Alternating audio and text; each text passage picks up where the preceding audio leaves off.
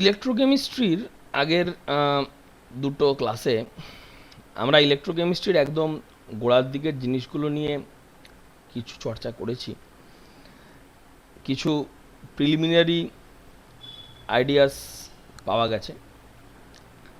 এবার সেই আইডিয়াগুলোর ওপর দাঁড়িয়ে আমরা ইলেকট্রোকেমিস্ট্রির একটা ডিটেলড ডিসকাশনের দিকে এগোচ্ছি এবং এটাকে দিয়ে একটা রিয়াকশান সম্বন্ধে আমরা কিভাবে বিভিন্ন তথ্য জানতে পারি এবং সেই রিয়াকশানের ফিজিবিলিটি, রিয়াকশানের ইল্ড, রিয়াকশানের স্পিড এই সম্বন্ধে কীরকম করে ধারণা করতে পারি, এই বিষয়গুলো আমরা আজকে চর্চার মধ্যে রাখব।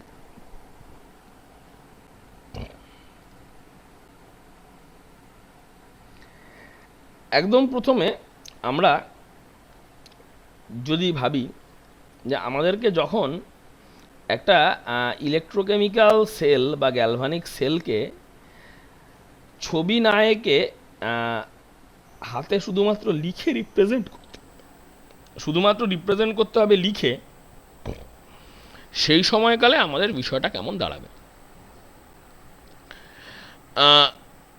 একদম প্রথমেই দেখো আমরা যেটা বলবো যে অ্যানোড যেটা নেগেটিভ ইলেকট্রোড সেটাকে বাঁদিকে লিখতে হবে, আর ক্যাথোড যেটা পজিটিভ ইলেকট্রোড সেটাকে ডান দিকে লিখতে হবে। এই প্রথম সেন্টেন্সেই একটা চান্স আছে গুলিয়ে যাওয়ার। অ্যানোড নেগেটিভ ইলেকট্রোড আর হচ্ছে কি ক্যাথোড পজিটিভ ইলেকট্রোড। বারবার মনে হতে পারে যে আমরা তো যখন হচ্ছে ইলেকট্রোলাইটিক সেল পড়েছিলাম, অর্থাৎ যেখানে একটা ইলেকট্রোলাইটের মধ্যে দিয়ে ইলেকট্রিসিটি পাস করে সেই ইলেকট্রোলাইটটাকে তার করসপন্ডিং আয়নগুলোতে ভেঙে দেওয়া হয়, সেখানে আমরা বলেছিলাম কি যে অ্যানোড হচ্ছে পজিটিভলি চার্জড, সেখানে নেগেটিভ আয়ন বা অ্যানায়ন যায়, আর ক্যাথোড হচ্ছে নেগেটিভলি চার্জড, যেখানে পজিটিভলি চার্জড ক্যাটায়ন যায়। তাজমগাছ এটা উল্টো হয়ে গেছে, এখানে অ্যানোড হয়ে গেছে নেগেটিভ ইলেকট্রোড আর ক্যাথোড হয়ে গেছে পজিটিভ ইলেকট্রোড। গল্পটা এভাবে দেখলে মনে হচ্ছে যে খুব এদিক ওদিক হয়ে গেছে, কিন্তু যদি তোমরা একদম প্রথম ক্লাসের কথা মাথায় রাখো, দেখবে একবার বারবার বলেছিলাম অ্যানোডে কি হয়, অ্যানোডে অক্সিডেশন হয়, অ্যানোডে অক্সিডেশন হয়, এই বিষয়টা বারবার মাথায় রাখো। অ্যানোডে অক্সিডেশন হয়।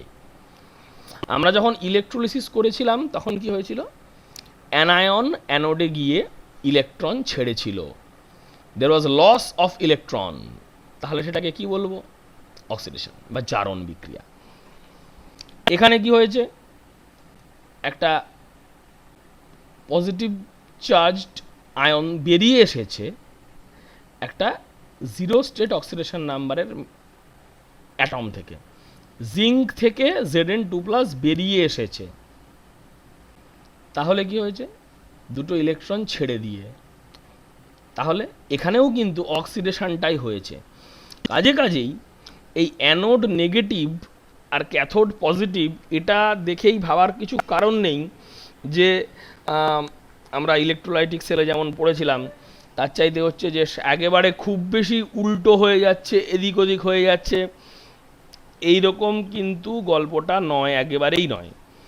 মূল কথা মাথায় রাখো, অ্যানোডে অক্সিডেশন, ক্যাথোডে রিডাকশন, এটা মাথায় রাখো। বাকি জিনিসগুলো কিন্তু খুব কঠিন কিচ্ছু না, একই রকম ঘটনা ঘটবে দু ক্ষেত্রেই। আমাদেরকে আমরা যখন চর্চার মধ্যে থাকবো আমরা আস্তে আস্তে দেখব। ভালো কথা।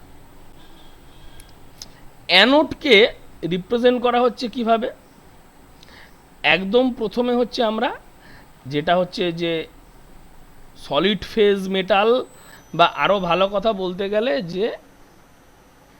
যে এলিমেন্টটা জিরো অক্সিডেশন স্টেটে আছে সেটাকে আগে লিখছি, তারপরে একটা ভার্টিক্যাল লাইন দিচ্ছি অথবা সেমিকলন দিচ্ছি, না সেমিকলন দিতে পারি অথবা একটা ভার্টিক্যাল লাইন এভাবে আমরা দিতে পারি, এই যেটা ভার্টিক্যাল লাইন, এই যে দিস ওয়ান ভার্টিক্যাল লাইন দিয়েছি, দিতে পারি। এবারে অনেক সময় কি হয় যে আমরা হচ্ছে যে শুধু শুধু আয়নের উল্লেখ না করে তার পাশে হচ্ছে টোটাল সল্টটাই লিখে দিতে পারি। এখানে Zn2+ লেখা হয়েছিল, যদি দেখো এখানে Zn2+ লেখা হয়েছিল, Zn2+টাই আসল। এবার আমি যদি চাই যে আমি তার সঙ্গে তার করসপন্ডিং যে অ্যানায়নটা আছে বা যে আলটিমেটলি সলিউশনটা আমি ইউজ করেছি সেটা উল্লেখ করব, সেটা আমি করতেই পারি, সমস্যা কিছু নেই।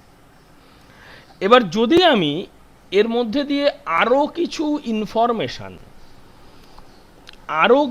ইনফরমেশান দিতে চাই, যেমন এখানে দেখো আমরা এইখানে যে ইনফরমেশান দিয়েছি যে জিঙ্কটা সলিড অবস্থায় আছে, we have mentioned, and then এই যে ZnSO4 সলিউশন তার কনসেন্ট্রেশন 0.1 মোলাল, আমরা সেটা উল্লেখ করেছি। আমরা এইভাবে এক্সট্রা কিছু ইনফরমেশান দিতে পারি। বারবার বলছি, ইনফরমেশান দিতে পারি মানে দিতেই হবে এমন কিন্তু নয়।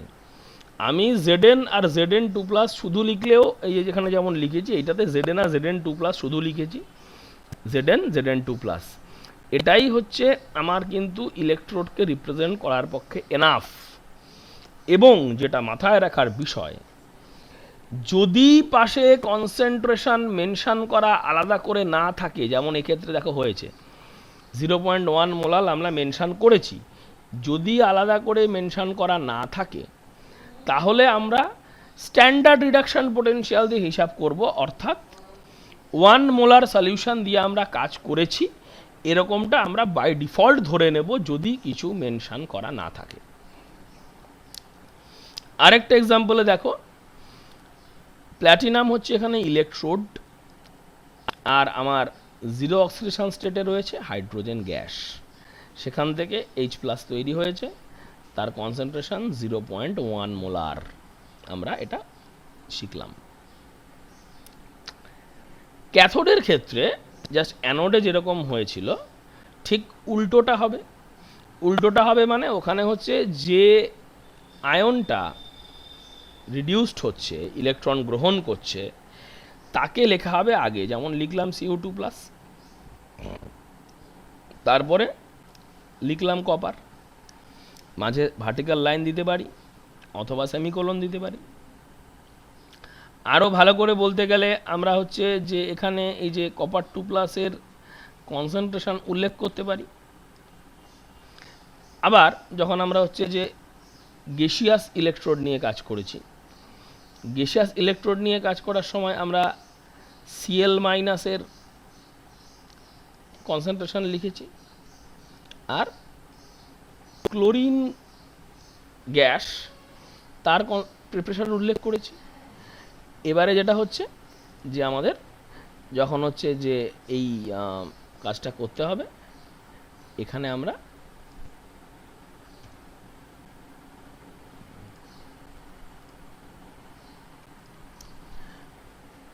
পাশে আমরা কি পেয়েছি, পাশে আমরা প্ল্যাটিনাম পেয়েছি, যেটা হচ্ছে ইলেকট্রোডের কাজ করবে, অর্থাৎ যার সাথে হচ্ছে ইলেকট্রোড গোটাটাই প্ল্যাটিনাম ক্লোরিন মিলে। কিন্তু প্ল্যাটিনামটা হচ্ছে যে এমন একটা, এখানে প্ল্যাটিনামের রোল কি, প্ল্যাটিনাম হচ্ছে এখানে ইনার্ট ইলেকট্রোড, অর্থাৎ যে ইলেকট্রোড রিয়াকশানের মধ্যে পার্টিসিপেট করছে না। রিয়াকশানে কি ঘটছে, রিয়াকশানে কিন্তু Cl-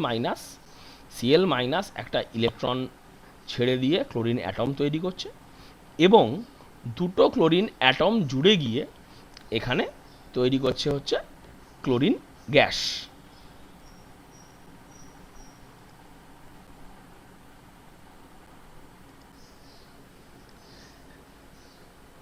এরপরে তো আমরা এখন দেখলাম যে আমরা দুটো হচ্ছে যে ইলেকট্রোড, প্রথমে হচ্ছে যে অ্যানোড, তারপর হচ্ছে যে ক্যাথোড কীভাবে লিখতে হবে আমরা দেখলাম।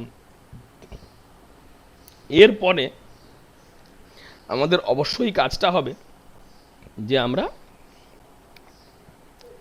এই দুটো ইলেকট্রোডকে একসাথে লিখে আমরা টোটাল আমাদের যে সেলটা আছে সেই সেলটাকে হচ্ছে আমরা লিখব। ছোট্ট একটা এক্সাম্পল দেখো, আমরা যেটা একদম প্রথম থেকেই শিখেছিলাম, সেলটাকে আমরা মেনশন করছি হচ্ছে এভাবে, জিঙ্ক সলিড, মাঝে একটা ভার্টিক্যাল বার, তারপরে ZnSO4 অ্যাকোয়াস, তারপরে ডবল ভার্টিক্যাল বার।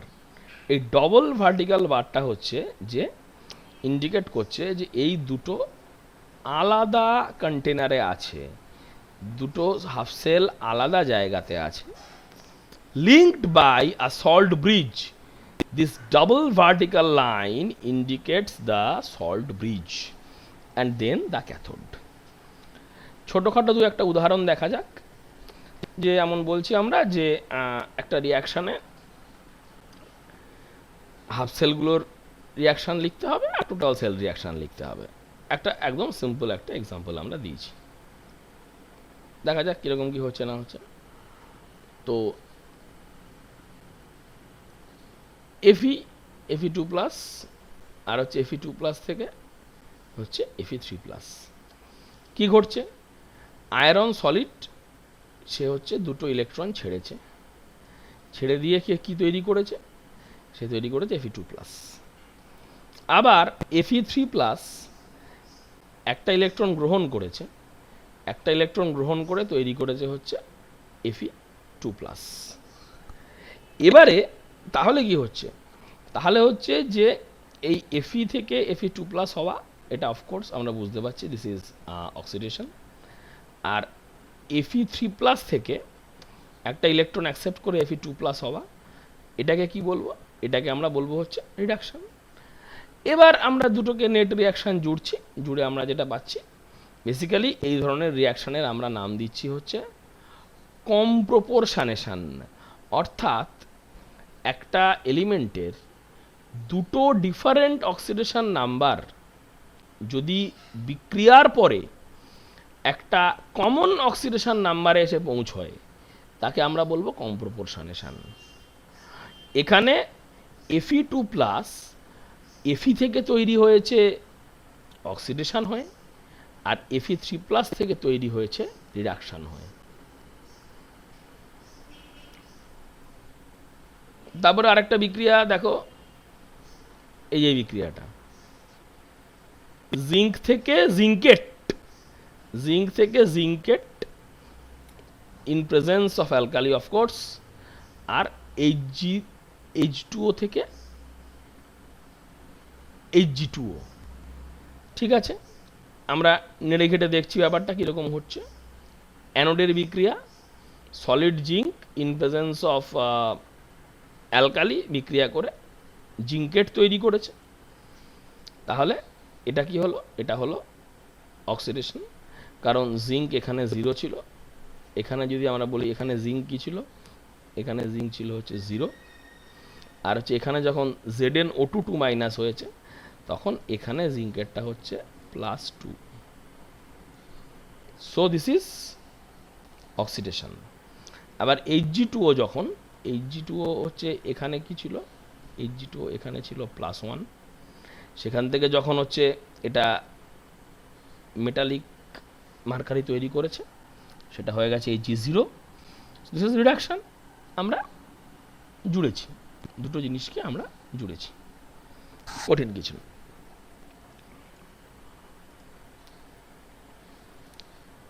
এবারে পরেরটাতে আমরা দেখো, আমরা পটাশিয়াম, এটা কি পটাশিয়াম ফেরিসায়ানাইড, ফেরিসায়ানাইড, আর এটা কি, এটা হচ্ছে ফেরোসায়ানাইড। ফেরিসায়ানাইড ফেরোসায়ানাইড সিস্টেম, এটা আমরা অনেক সময়ই ইউজ করে থাকি as a very standard reducing or oxidising agent in the suitable medium. এখানে যে ঘটনাটা ঘটেছে, ফেরোসায়ানাইড অক্সিডাইজড হয়েছে ফেরিসায়ানাইডে। অক্সিডাইজ কে করেছে, ক্রোমিয়াম 3+, যে ক্রোমিয়াম 3+ নিজে 3টে ইলেকট্রন অ্যাকসেপ্ট করে কনভার্ট হয়ে গেছে ক্রোমিয়াম 0 অক্সিডেশন স্টেটে। আমাদের এই বিক্রিয়াকে ব্যালেন্স করেছি।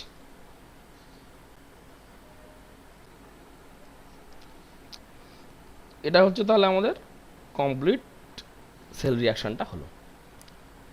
এরকম আমরা আরেকটা এক্সাম্পল দেখছি, ক্যাডমিয়াম ক্লোরাইড, ওদিকে হচ্ছে নাইট্রিক অ্যাসিড থেকে হাইড্রোজেন গ্যাস তৈরি হচ্ছে, ক্যাডমিয়াম সলিড অক্সিডাইজড হচ্ছে ক্যাডমিয়াম 2+-এ, আর H+ রিডিউস হয়ে হাইড্রোজেন গ্যাস তৈরি করছে। একই রকম একটা reaction as compare to that 2 years before, যেটা আমরা আগে দেখেছিলাম। এই বিক্রিয়াটা ZnZnSO4 তার সাথে AgNO3 বিক্রিয়া দেখলাম একটা। এখানে কপার 2+ এ সিস্টেম, তার সাথে ইন প্রেজেন্স অফ H+ বিক্রিয়া করেছে, মানে MnO2 থেকে Mn2+ তৈরি করেছে।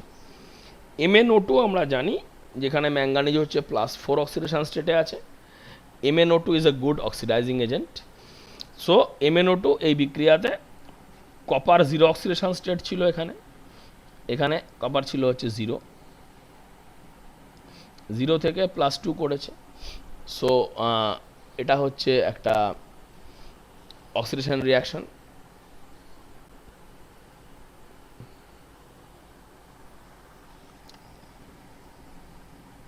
এদিকে আবার দেখি কি ঘটেছে।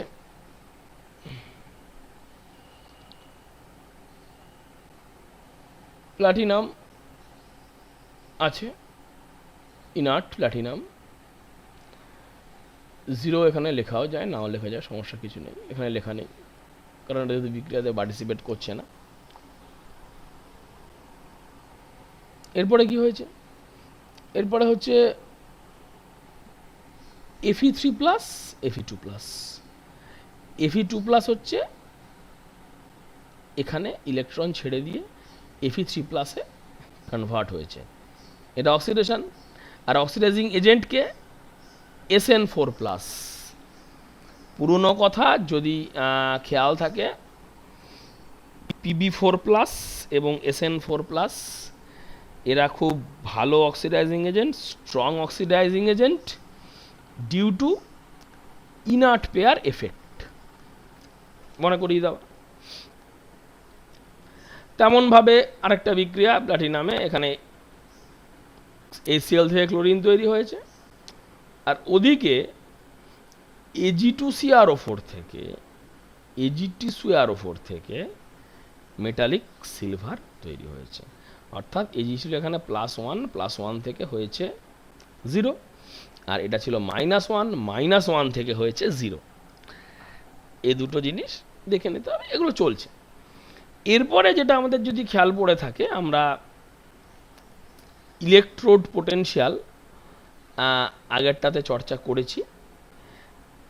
আমরা এখানে ব্যাপারটাকে খুব বেশি বিস্তারিতভাবে যাব না, খালি হচ্ছে যে ইলেকট্রোড পোটেনশিয়ালের সংজ্ঞাটা আরেকবার মনে করিয়ে দেওয়া, যে ইলেকট্রোড পোটেনশিয়ালটা কি।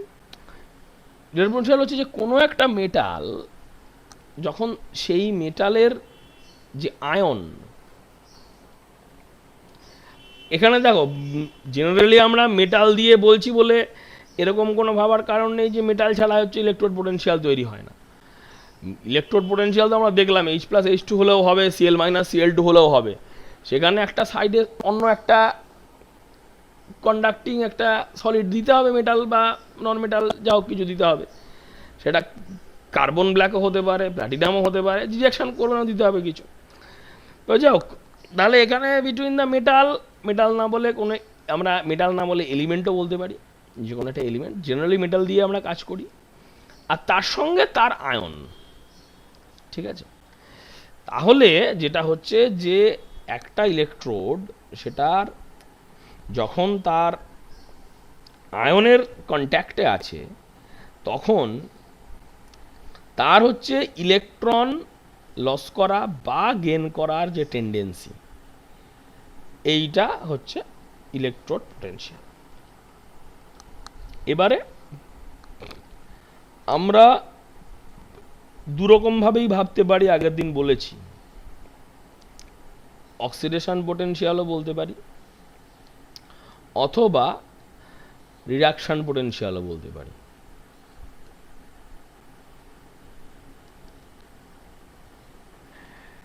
এবারে আমরা যে বিষয়টাতে আমরা এগোবো হচ্ছে যে আমরা এটাকে মেজার করব কিভাবে, ইলেকট্রোড পোটেনশিয়াল। এবং দেখো স্ট্যান্ডার্ড ইলেকট্রোড পোটেনশিয়াল যেটাকে আমরা E0 বলছি, সেটা কি বলছে, এটা আগে বললাম, কিছু উল্লেখ করা না থাকলে 1 মোলার কনসেন্ট্রেশন এবং 1 মোলার কনসেন্ট্রেশনের সাথে হচ্ছে 298 কেলভিন।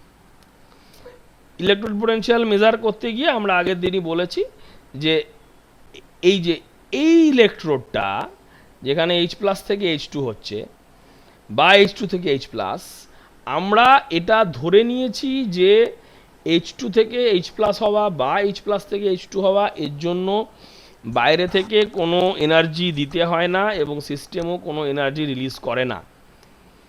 অর্থাৎ এই প্রসেসের সবসময় একটা ইকুইলিব্রিয়াম মেনটেন করে। ওই জন্য এটাকে 0 ধরে আমরা আমাদের বাকি যাবতীয় ভাবনা চিন্তাগুলো শুরু করেছি। এখানে আমরা দেখছি এইটা হচ্ছে আমাদের যেটা ইলেকট্রোডটা নিয়ে কথা বলছিলাম, H2 গ্যাস অ্যাট 1 অ্যাটমসফিয়ার, আর সেখানে হচ্ছে 1 মোলার H+ সলিউশন। ইউজুয়ালি আমরা HNO3 বা HCl ইউজ করব at 298 kelvin, which is the standard temperature. এরপরে যেটা আমাদের বলার বিষয় থাকবে, আমরা এতক্ষণ অবধি যা যা আলোচনা করলাম, আমাদের সমস্ত আলোচনাটাই যদি তোমরা ভেবে দেখো, আমরা কিন্তু স্ট্যান্ডার্ড কন্ডিশন নিয়ে করেছি। আরও ভালো করে বলতে গেলে আমরা জিঙ্ক Zn2+ এর একটা ইলেকট্রোড, এর পোটেনশিয়াল কি হবে, বা কপার 2+ কপার এই ইলেকট্রোডের পোটেনশিয়াল কি হবে, এই ভাবনা চিন্তাগুলো আমরা যত করেছি, কোথাও কিন্তু আমরা কপার 2+ বা জিঙ্ক 2+ এর কনসেন্ট্রেশন এদিক ওদিক করে দিলে কি হবে, টেম্পারেচার বাড়িয়ে দিলে কমিয়ে দিলে কি হবে, এ বিষয়গুলো নিয়ে কথা বলিনি। যে বিষয়টা নিয়ে আমাদেরকে এখন কথা বলতে হবে সেটা হচ্ছে effect of concentration of electrolyte and temperature on electrode potential, যেটাকে আমরা নাম দিয়েছি হচ্ছে নান্সড ইকুয়েশন। নান্সড ইকুয়েশনে আমরা প্রথমে একটা সহজ রিয়াকশান নিয়ে ভাবনা চিন্তা শুরু করি।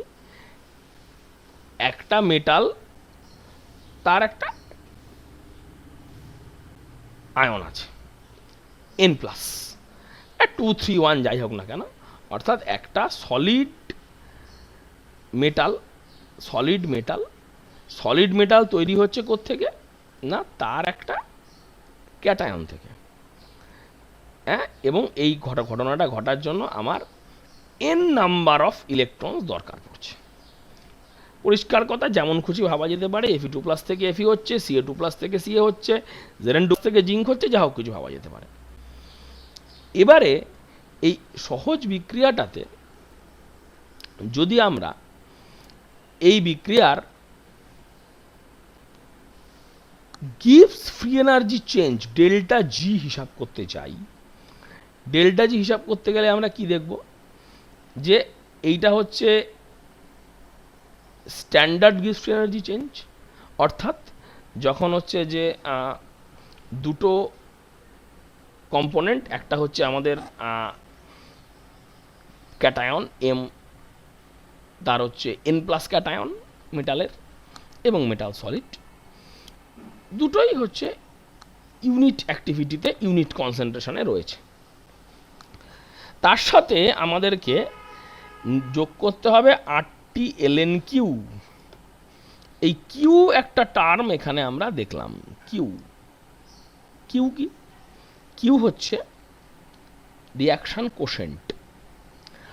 বারবারই বলছি, এটা ল অফ মাস অ্যাকশন থেকে আমরা দেখতে পাবো যে এই কোশেন্টটা হচ্ছে, এর ভ্যালুটাও কঠিন কিছু না, এটা হচ্ছে concentration of solid metal at 0 oxidation state and concentration of aqueous metal cation. এই রেশিওটাকে আমরা বলছি কিউ। এবার আমরা আমাদের আইডিয়া থেকে জানি যে কোনো একটা সলিডের কনসেন্ট্রেশন আমরা সব সময় ইউনিট ধরে নিচ্ছি। কেন ইউনিট ধরে নিচ্ছি এটা বলতে গিয়ে যদি এটা আমরা যদি বলি কেন ইউনিট ধরে নিচ্ছে ধরে নিচ্ছি এর ব্যাখ্যা দিতে গিয়ে বলা যায় যে আমরা যখনই হচ্ছে যে কোথাও কনসেন্ট্রেশন নিয়ে কথা বলেছি তার ইউজুয়ালি ক্যালকুলেশনের মোডটা কি হয়, তার ইউজুয়ালি ক্যালকুলেশনের মোডটা হয় যে total number of moles or total number of particles, molecules, whatever, divided by volume. এবার এই ডিভাইডেড বাই ভলিউম এটা আমরা যখনই করি আমাদেরকে একটা কথা মাথায় রাখতে হয় যে এই ভলিউম দিয়ে ভাগ করে দিচ্ছি, ভাগ করে দিলে কনসেন্ট্রেশন বেরোবে। এর একদম গোড়ার কথাটা হচ্ছে আমরা ধরে নিয়েছি যে distribution of the particle through out the system, তার ভলিউমটা 1 লিটারই হোক বা 2 লিটারই হোক আর যাই হোক, টোটাল সিস্টেমের মধ্যে তার হচ্ছে যে distribution that is homogeneous and uniform.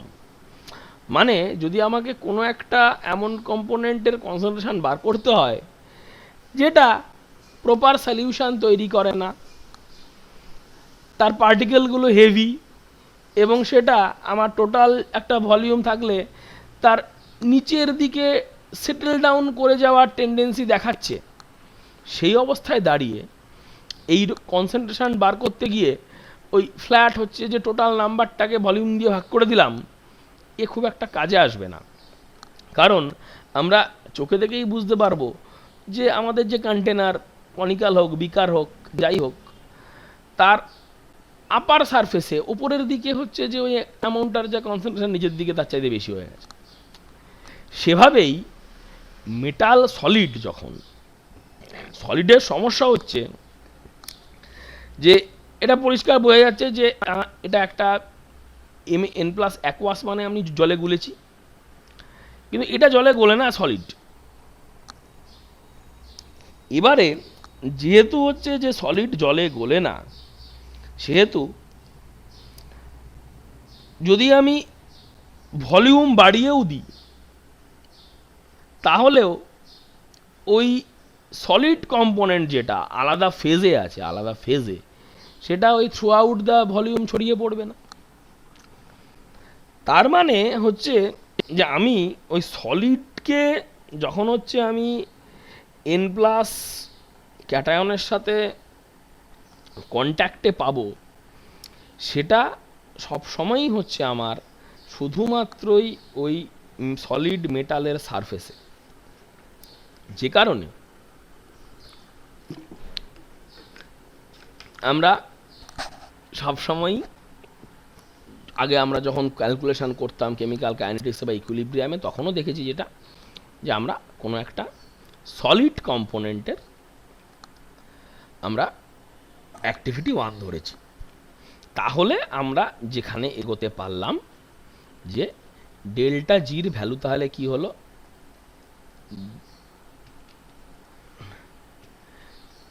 Delta জির ভ্যালু তাহলে sorry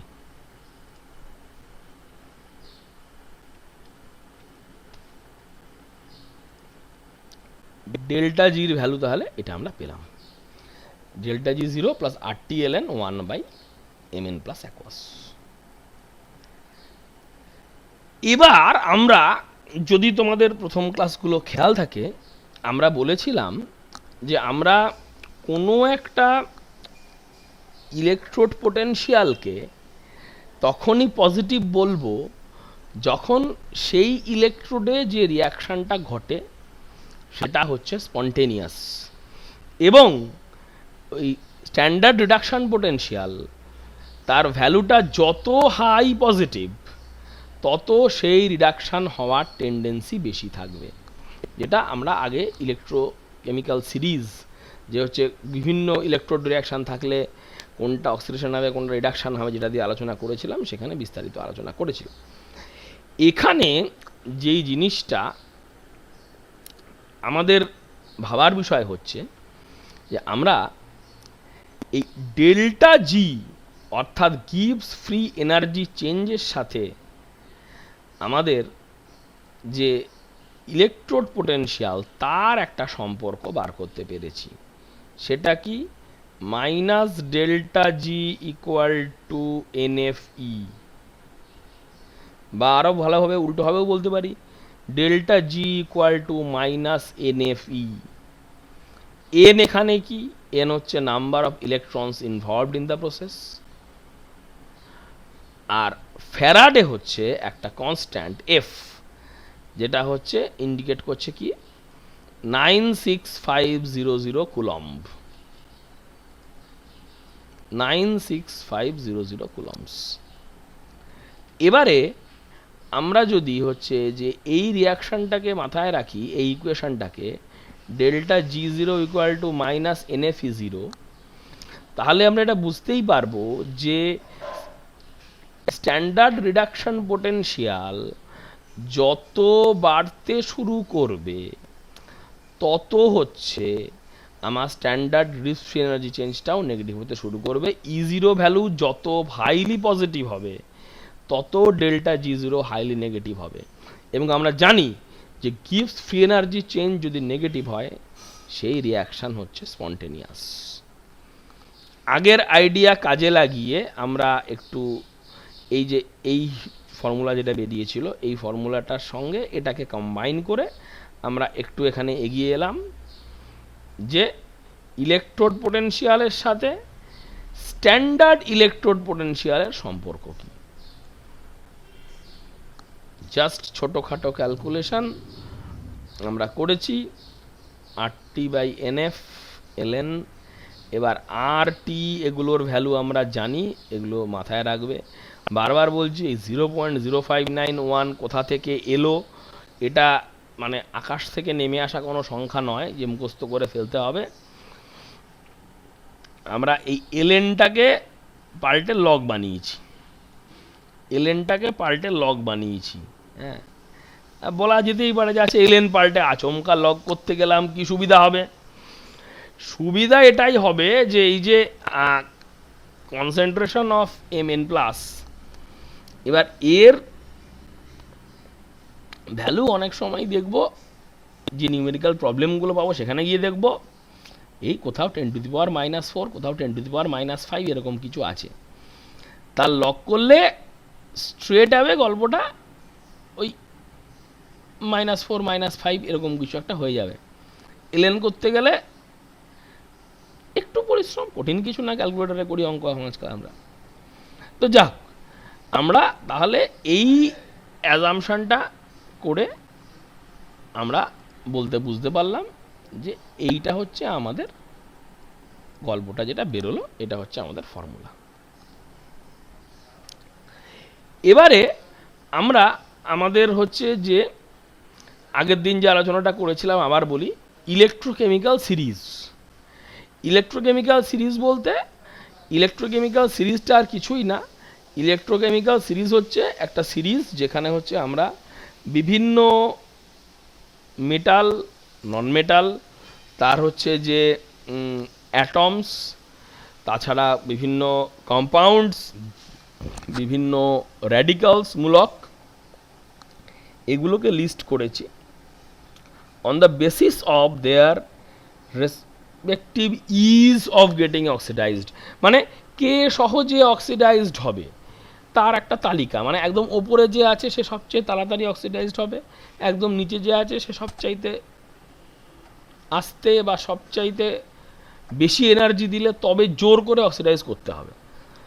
and it is of course আগের দিন যা বলেছিলাম খুব ক্লিয়ার যে একদম ওপরে যাকে লিখেছি সবচেয়ে তাড়াতাড়ি অক্সিডাইজ হয়। এবার যখনই আমরা রিডাকশান নিয়ে কথা বলতে বসবো সিরিজটাকে জাস্ট নিচের ওপরে উল্টে দেব, মানে সবচেয়ে তাড়াতাড়ি যে অক্সিডাইজড হয় সে সবচাইতে তাড়াতাড়ি রিডিউসড হয়। ঠিক আছে, সবচাইতে তাড়াতাড়ি যে রিডিউসড হয় আবার সে সবচাইতে দেরি করে অক্সিডাইজড হয়, এই ব্যাপারটা থাকবে। এবারে আমরা যখন ইএমএফ হিসাব করতে যাব, একটা সেলের ইএমএফ, হ্যাঁ সেলের ইএমএফ আমার লাগবে এই কারণে, কারণ আমি দেখো দিনের শেষে এত কিছু আমরা পড়ছি, ইলেকট্রোকেমিক্যাল সেল, গ্যালভানিক সেল, মূল বিষয়টা হচ্ছে যে আমরা যখন হচ্ছে যে দেখো একটা হচ্ছে আমরা বলতে পারি যে এই কাজে লাগিয়ে এই, এটা যদিও এটা নাম দিয়েছি আমরা ইলেকট্রোমোটিভ ফোর্স বা ইলেকট্রোকেমিস্ট্রি, দিনের শেষে কেমিস্ট্রিতে যত রেডক্স রিয়াকশান আছে, সেই সমস্ত রেডক্স রিয়াকশান বাঁ দিক থেকে ডান দিকে যাবে নাকি হচ্ছে ডান দিক থেকে বাঁ দিকে আসবে, এই আন্ডারস্ট্যান্ডিংটা কিন্তু আমরা এই ইলেকট্রোকেমিক্যাল সিরিজ থেকে পাবো। যেমন আগের দিন বারবার বলেছিলাম, জিঙ্ক থেকে জিঙ্ক 2+ হচ্ছে, আর কপার 2+ আস্তে আস্তে সলিউশন থেকে কপার হিসেবে ডিপোজিট হচ্ছে, জিঙ্ক থেকে Zn2+, আর কপার 2+ থেকে কপার। এবার বারবার যে কথাটা বলার, যে উল্টোটা নয়, উল্টোটা কিন্তু হবে না। এবারে দেখো, আমরা উল্টো নিয়ে ভাবনা চিন্তা করতে শুরু করেছি, আমরা লিখে ফেলেছি এই রিয়াকশান, হ্যাঁ এই রিয়াকশান আমরা লিখে ফেলেছি, copper plus zinc 2+ gives copper 2+ plus Zn লিখে ফেলেছি। আমাদের ওই পুরনো পড়ার মধ্যে ছিল যে all reactions are theoretically irreversible, theoretically, just gentle reminder, theoretically. তো এবার আমরা দেখেছি না, আমরা ফরওয়ার্ড রিয়াকশান পড়েছি, আমরা উল্টো রিয়াকশান লিখে ফেললাম। লিখে ফেলার পরে আমরা এই দুটো ভ্যালু নেড়ে ছেড়ে যদি দেখি যে দুটোর E0 ভ্যালু, কপার 2+ থেকে কপার রিডাকশান আর জিঙ্ক 2+ থেকে জিঙ্ক রিডাকশান, এবারে এই ঘটনাটাতে কি ঘটবে, দেখো এখানে কপার থেকে কি হবে, ইলেকট্রন লুজ করে কপার 2+ হবে, আর জিঙ্ক 2+ ইলেকট্রন গেইন করে হচ্ছে জিঙ্ক 2+ ইলেকট্রন গেইন করবে, ভালো কথা। এবার যেটা হচ্ছে, তাহলে কি হবে, তাহলে কপার যদি ইলেকট্রন লুজ করতে হয় আর জিঙ্ককে ইলেকট্রন যদি গেইন করতে হয়, তাহলে কপারের যে হচ্ছে যে অক্সিডেশন পোটেনশিয়াল, কপার যেহেতু কপার 2+ হয়েছে, তাহলে কি করতে হবে, আমাকে এটা দিতে হবে, ঘুরে দিতে হবে। আগের দিন বলেছিলাম রিডাকশন পোটেনশিয়াল থাকলে যা হবে তাকে উল্টে দিতে হয়, এটাকে উল্টে দিলাম। এটাকে উল্টে দিলে কি হবে, এটা হচ্ছে 0.34 ভোল্ট, ভালো কথা। আর যদি হচ্ছে যে জিঙ্কের যদি আমরা দেখি অক্সিডেশন পোটেনশিয়াল, এটা হচ্ছে 0.76, এবার এটা এর চাইতে বেশি, জিঙ্কের অক্সিডেশন পোটেনশিয়াল কপারের চাইতে বেশি, তাহলে এই রিয়াকশানটা হবে না, ঠিক আছে। মানে আমরা রিয়াকশান সোজা করে লিখলে হবে, উল্টো করে লিখলে হবে, কোন দিকটা হবে এইটা বোঝার জন্য আমাদের এই ইলেকট্রোকেমিক্যাল সিরিজের ভাবনা চিন্তাটা প্রয়োজন হচ্ছে। এবারে যদি হচ্ছে যে আমরা এলিমেন্টদের হচ্ছে রিঅ্যাক্টিভিটি কম্পেয়ার করতে চাই, এলিমেন্টদের রিঅ্যাক্টিভিটি কম্পেয়ার করতে মানে আমরা অনেক সময় যেটা করি হচ্ছে যে আমরা ডিসপ্লেসমেন্ট পদ্ধতিতে হচ্ছে যে কোনো একটা সলিড মেটালকে এক্সট্রাক্ট করতে চাই ফ্রম দ্য সল্ট। এবার সেক্ষেত্রে আমরা কাকে ইউজ করব, কাকে ইউজ করতে পারবো না, এই আন্ডারস্ট্যান্ডগুলো আমাদের করতে হবে। আবার এখানে দেখে রাখার বিষয়, কোন মেটাল মানে মিনারেল অ্যাসিড থেকে হাইড্রোজেন লিবারেট করবে, কারা করে না, কপার, সিলভার, গোল্ড এগুলো করে না, কারণ ইলেকট্রোকেমিক্যাল সিরিজে পজিশন আলাদা আছে। এবারে আমরা যখন হচ্ছে একটা সেলের ইএমএফ হিসাব করতে চাই, তখন আমরা কিভাবে করি কাজটা, আমরা কাজটা করি হচ্ছে এভাবে যে আমরা যদি হচ্ছে আগেই দেখে নিতে হবে কিন্তু যে আমরা অক্সিডেশন পোটেনশিয়াল দিয়ে কাজ করব নাকি হচ্ছে রিডাকশন পোটেনশিয়াল দিয়ে কাজ করব। বারবার বলছি, তোমার ইনফরমেশানে যেটা দেওয়া আছে সেইটা দিয়ে কিন্তু আমাকে কাজটা করতে হবে। বোঝা গেল কি বোঝা গেল না? ইনফরমেশান যেটা দেওয়া আছে, একদম গোড়ায় একবার ফিরে যাই। অ্যানোড হচ্ছে নেগেটিভ ইলেকট্রোড, অ্যানোডে অক্সিডেশন হয়, অ্যানোডে অক্সিডেশন হয়, ক্যাথোডে রিডাকশান হয়। অ্যানোডে অক্সিডেশন, ক্যাথোডে রিডাকশান। ভালো কথা। এবারে আমরা যখন অক্সিডেশন পোটেনশিয়াল দিয়ে ভাবনা চিন্তা করতে বসেছি, দেখো বারবার আগে আগে এটা ছোট করে যদি বুঝে নাও, আর অ্যানোডে অক্সিডেশন হয়, ক্যাথোডে রিডাকশান হয়। তাহলে যখন আমরা অক্সিডেশন পোটেনশিয়াল দেওয়া আছে হিসাব করতে বসেছি, অ্যানোডে অক্সিডেশনই হয়, তাই সেটা যেমন আছে তেমন থাকলো। ক্যাথোডে রিডাকশান হয়, তাই সেটা উল্টে গেল বা মাইনাস বসলো। আবার দেখো পরেরটাতে, অ্যানোডে অক্সিডেশন হয়, ক্যাথোডে রিডাকশান হয়। এবারে যদি আমরা রিডাকশান পোটেনশিয়াল নিয়ে হিসাব করতে বসি, ক্যাথোড যা আছে তাই রইল, কারণ ক্যাথোডে তো রিডাকশানই হয়। যেহেতু অ্যানোডে অক্সিডেশন হয়, তাই জন্য ওটা উল্টে গেল বা মাইনাস বসলো। এবার দেখো দুটো কথা। অনেক সময় যেটা আমরা করি, যে আমরা যেহেতু আমরা জানি যে অ্যানোডে অক্সিডেশন হয়, ক্যাথোডে রিডাকশান হয়, কাজেই যদি অক্সিডেশন পোটেনশিয়াল দেওয়া থাকে, আমরা অনেক সময় যেটা করি যে ধরে নিই যে অ্যানোডে তো অক্সিডেশন হচ্ছে কিন্তু ক্যাথোডে তো রিডাকশান, তাহলে ক্যাথোডের আমরা বিক্রিয়াটাকে উল্টে দিই। উল্টে দিতে গিয়ে হচ্ছে যে তাহলে তখন হচ্ছে তাহলে অক্সিডেশন রিডাকশন পোটেনশিয়ালের যে ভ্যালু ছিল সেই ভ্যালুটার আগে মাইনাস সাইন বসে যাবে, সাইন চেঞ্জ হয়ে যাবে। কাজেই এবারে একটা জিনিস কথা হচ্ছে যে যদি আমরা রিডাকশন অক্সিডেশন পোটেনশিয়াল নিয়ে কাজ করছি, we are working with oxidation potential, অ্যানোডেরটা ঠিক রেখেছি, ক্যাথোডে তো রিডাকশান হয় বলে উল্টে দিয়েছি, এই উল্টে দিলে আবার কিন্তু বিয়োগ করবো না। মাথায় রাখো, বারবার বলছি মাথায় রাখো, এইটা কিন্তু খুব ভুল হয়, খুব গোলমাল হয়ে যায়। অক্সিডেশন পোটেনশিয়াল দিয়ে আমরা চর্চা করছি, অক্সিডেশন পোটেনশিয়াল E0 সেল যখন আমরা দেখছি অ্যানোডে অক্সিডেশন হয়, কাজেই ওটা যেমনকার ছিল তেমনই আছে, ওটা পাল্টায়নি।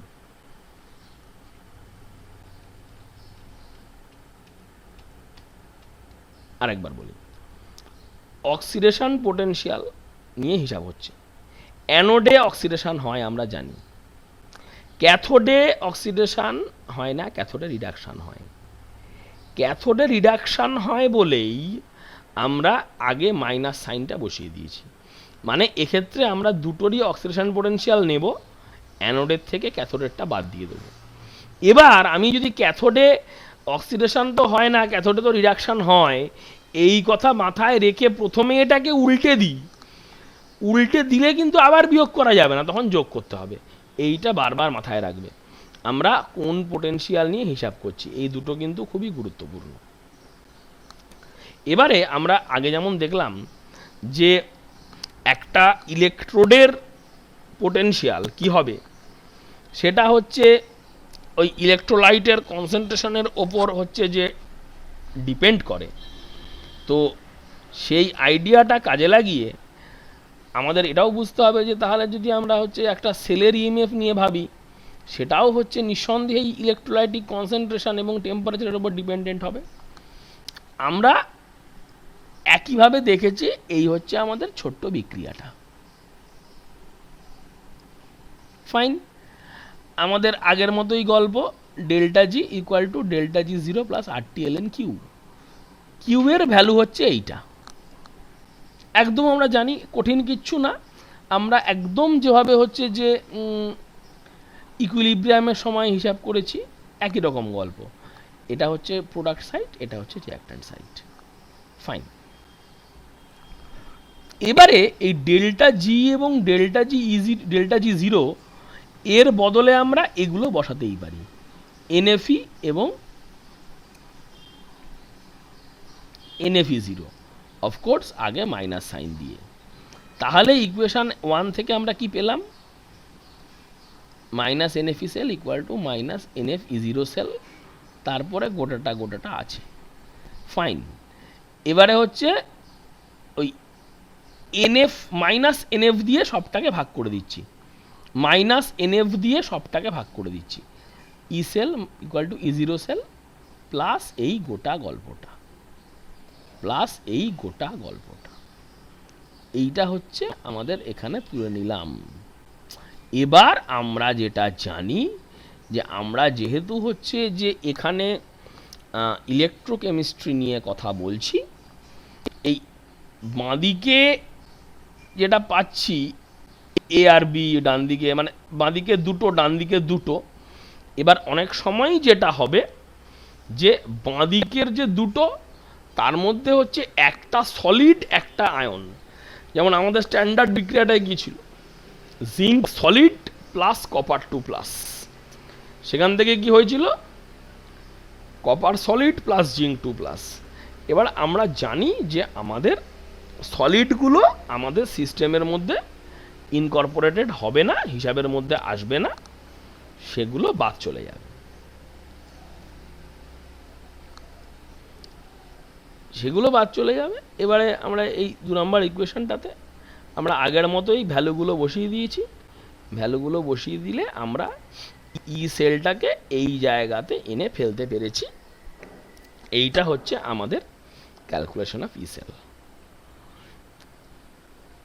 এবারে আমরা এই ইলেকট্রিক্যাল এনার্জি আর enthalpy change in the cell reaction, এটার মধ্যে একটা কম্পেয়ারেবল আলোচনা করতে হবে। কারণ না হলে আমরা এতক্ষণ অবধি আমরা যা আলোচনা করেছি সবটাতে হচ্ছে T equal to 298K, T equal to 298K বলে আমরা বিষয়টা চালিয়ে দিয়েছি। আমাদের কিন্তু ভাবতে হয়নি যে টেম্পারেচার বাড়লে কমলে চেঞ্জ হবে, কতটা হবে ভাবতে হবে, কিন্তু ভাবতে তো হবে, লাগবে। আমরা গিবস-হেলমহলটজ ইকুয়েশন যদি জানি, এইটা হচ্ছে আমাদের গিবস-হেলমহলটজ ইকুয়েশন। গিবস-হেলমহলটজ ইকুয়েশন হচ্ছে এইটা, ভালো করে দেখে নাও। থার্মোডাইনামিক্স ক্লাসে এটা বলা হয়েছে, এখানে ডিরাইভ করা হবে না, থার্মোডাইনামিক্সের চর্চায় ডিরাইভেশন হবে। এবারে ডেল্টা জির হচ্ছে আমি একটা ভ্যালু জানি, মাইনাস এনএফ সেল। এবারে তাহলে ডেল্টা জি থেকে মাইনাস এনএফটাকে বাইরে এনে ডেল্টা জির বদলে আমি ই সেলটাকে বসাতে পারলাম। এই ছোট্ট হিসাব, কঠিন কিছু না। সেখান থেকে এই যে কম্পোনেন্টটা বেরিয়ে এলো, এই কম্পোনেন্টটাই হচ্ছে temperature coefficient of EMF of the cell. এবারে যদি এটা 0 হয়, এটা 0 হওয়া মানে কি? এটা 0 হওয়া মানে হচ্ছে যে E cell equal to minus del H by nF হবে। অর্থাৎ তাহলে ওই অবস্থায় দাঁড়িয়ে ইলেকট্রিক্যাল এনার্জি আর এনথ্যালপি সেম, ঠিক আছে। আরেকটা হচ্ছে যদি গ্রেটার দেন 0 হয়, তাহলে টেম্পারেচার যত বাড়বে ইলেকট্রিক্যাল এনার্জি তত ইনক্রিজ করবে। এটা বুঝে নাও, যদি এটা পজিটিভ হয় তাহলে ইলেকট্রিক্যাল এনার্জি ইনক্রিজ করবে উইথ রাইজ ইন টেম্পারেচার। এবার তাহলে হচ্ছে যে এই যে ইলেকট্রিক্যাল এনার্জি বেড়ে যাচ্ছে টেম্পারেচার বাড়িয়ে দিলে, তাহলে কি হবে, মানে বাইরে থেকে আমরা হিট দিয়ে যে এনার্জি দিচ্ছি সেই এনার্জিটাও ও ইলেকট্রিক্যাল এনার্জিতে কনভার্ট করে দিচ্ছে। এবং যদি সেটা না হয় তাহলে কিন্তু temperature of the cell will fall, ঠান্ডা হয়ে যাবে, কারণ ওকে তো হিট অ্যাবজর্ব করতে হচ্ছে। মানে পরিষ্কার কথা হচ্ছে যে এটা হচ্ছে এমন একটা ঘটনা যখন হচ্ছে আমার সেল রিয়াকশান ইজ এন্ডোথার্মিক। আর যদি উল্টোটা হয় তাহলে আমরা দেখতে পাবো যেটা হচ্ছে যে আমাদের রিয়াকশন অফ দ্য সেল হচ্ছে যে এক্সোথার্মিক। হ্যাঁ, এখানে হচ্ছে কি হবে, electrical energy will be less than the enthalpy of the reaction. বারবার বুঝে নাও, কঠিন কিছু না। এক্সোথার্মিক মানে কি, মানে হচ্ছে যে আমার যে কেমিক্যাল রিয়াকশানটা ঘটছে, কেমিক্যাল রিয়াকশানটা থেকে আমার কেমিক্যাল এনার্জি ইলেকট্রিক্যাল এনার্জিতে কনভার্ট হচ্ছে, কিন্তু তার সাথে সাথে খানিকটা এনার্জি হিট হিসাবে বেরিয়ে যাচ্ছে। মানে টোটাল এনথ্যালপি চেঞ্জ যেটা, টোটাল এনথ্যালপি চেঞ্জটাকে আমি ইলেকট্রিক্যাল এনার্জি হিসাবে ড্রাইভ আউট করতে পারছি না, আমার খানিকটা এনার্জি লস হচ্ছে অ্যাজ হিট এনার্জি। একটা সহজ এক্সাম্পল করা হয়েছে, দেখো একটা সেল, হ্যাঁ, এই সেলটার মধ্যে হচ্ছে যে আমরা সেলের রিয়াকশানটা নিয়ে আলোচনা করেছি। হ্যাঁ, এবার যেটা বলেছে আমাদের হচ্ছে যে free energy change, del H, delta G, এগুলো নিয়ে আলোচনা করতে। একদম সহজ, এখানে হচ্ছে যে ইলেকট্রন লাগে দুটো, এন হচ্ছে 2, তাহলে ডেল্টা জি একটা এখানে বেরিয়ে এসছে, আর হচ্ছে এনার্জি চেঞ্জ যেটা আমরা বলেছি, হ্যাঁ, বা হচ্ছে যে এনথ্যালপি অফ দ্য রিয়াকশান, আমরা আগেই বলেছি এটা হচ্ছে যে এখানে একটা হচ্ছে যে এনথ্যালপি চেঞ্জ, তার সঙ্গে আমাদের টেম্পারেচার কোএফিসিয়েন্ট। এবারে এখানে বলেই দেওয়া আছে যে এই যে দেখো 25 ডিগ্রিতে এটা হচ্ছে ইএমএফ, 0 ডিগ্রিতে এটা, মানে কি বোঝা গেল, 0 ডিগ্রিতে যা ইএমএফ ছিল 25 ডিগ্রিতে ইএমএফ কমেছে, তাহলে EMF decrease with increase in temperature, তাহলে এই টার্মটা হচ্ছে নেগেটিভ। এবার এই টার্মটার ভ্যালু বার করেছে, হ্যাঁ, 6915 মাইনাস এটা করে মাইনাস দিয়ে 25 কেলভিন দিয়ে বার করেছে, কঠিন কিছু না। তারপর দেখো এই 25K কেন, আমরা কিন্তু এখানে বসাচ্ছি কি ডেলটি বসিয়েছি, 0 ডিগ্রি সেলসিয়াস 25 ডিগ্রি সেলসিয়াস, যাই হোক 273 দুটোতেই যোগ হবে বিয়োগ হবে, এটা হচ্ছে ডেলটি। তাহলে এইখান থেকে ওই জন্য আমাদের হচ্ছে যে এইটা বেরোলো, আর তারপরে হচ্ছে ডেল এইচ বেরোলো, আর ডেল জি আমাদের আগেই বেরিয়ে গেছিলো। তাহলে আর যদি আমাদের লাস্টে যদি হচ্ছে আমাদের এন্ট্রপি বা এই এন্ট্রপি চেঞ্জ বার করতে হয়, del S equal to del H minus del G by T বেরিয়ে গেল। তাহলে এখানে আমরা বুঝতে পারলাম যে আমরা এই সেল পোটেনশিয়াল এবং সেল পোটেনশিয়ালের টেম্পারেচারের সাথে হচ্ছে যে ভ্যালু কি চেঞ্জ হচ্ছে, যদি এই তথ্যটা পাই, এই তথ্যটা পেলে আমরা রিয়াকশানের বিভিন্ন থার্মোডাইনামিক প্যারামিটার আমরা বার করতে পারবো, ডেল জি, ডেল এইচ, ডেল এস। আবার দেখো, যদি আমাদের খেয়াল থাকে, যখন আমরা ইকুইলিব্রিয়াম পড়তে গিয়ে পড়েছিলাম delta G zero equal two RTLN কে, এই কেটা কি ছিল, এই কেটা ছিল হচ্ছে আমাদের ইকুইলিব্রিয়াম কনস্ট্যান্ট। এবারে যখন আমরা এই দুটো টার্মের মধ্যে সম্পর্ক খুঁজে পেয়েছি, তাহলে সেখান থেকে কাজে লাগিয়ে আমরা কিন্তু ওই যদি আমরা কোনো একটা রিয়াকশানের হচ্ছে যে ইএমএফ জানি, সেই ইএমএফ জানলে কিন্তু আমরা সেটা থেকে দেখে নাও, আমরা কিন্তু সেটা থেকে ওর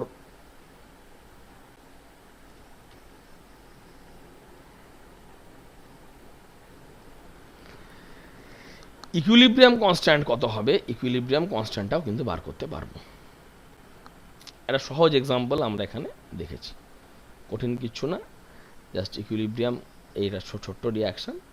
এবার এর হচ্ছে যে ইএমএফ দেওয়া আছে, ইএমএফকে কাজে লাগিয়ে আমরা সহজেই হচ্ছে যে ইকুইলিব্রিয়াম কনস্ট্যান্টে পৌঁছতে পেরেছি। এরকম আরও একটা উদাহরণ, simple reaction, just fridge the screen and just look at the problem, কঠিন কিচ্ছু না, যা বলা হয়েছে একদম সেই ওপর দাঁড়িয়ে প্রবলেমগুলো সলভ করা হয়েছে। আর একদম লাস্টে এই ব্যাপারটাকে হচ্ছে যে সাম আপ করে দেওয়া, this is important, delta G zero, delta S zero আর delta H zero of a cell reaction, এই জিনিসটা আগেই আমরা আলোচনা করেছি।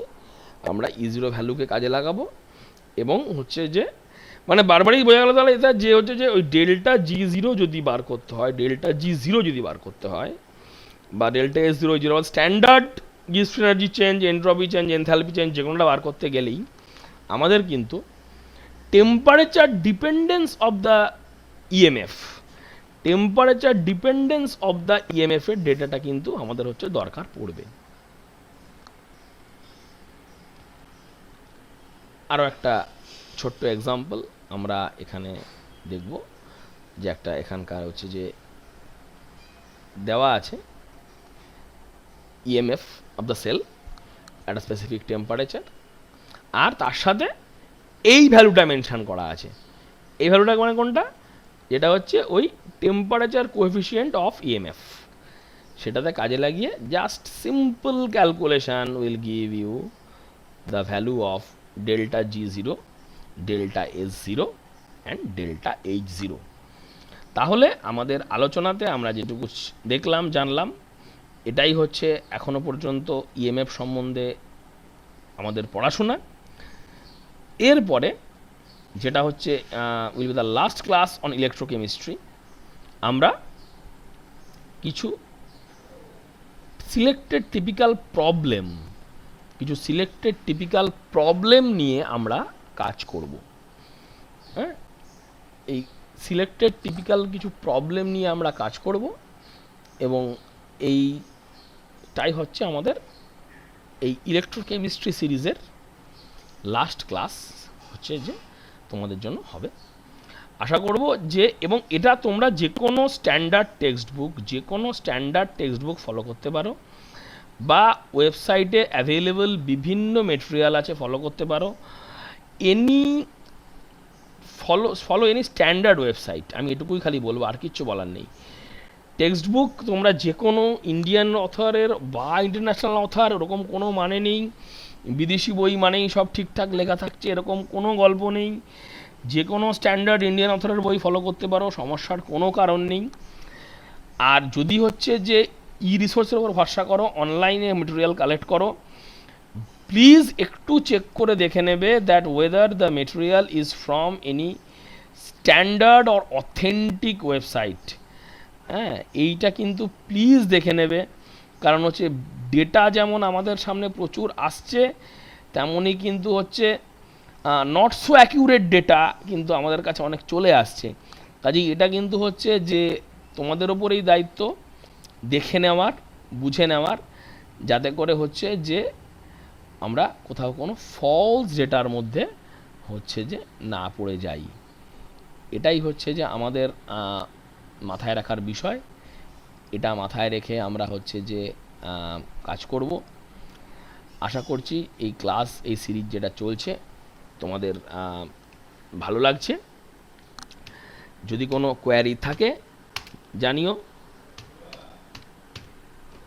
বাড়িতে থাকো, সময় কঠিন। Thank you very much.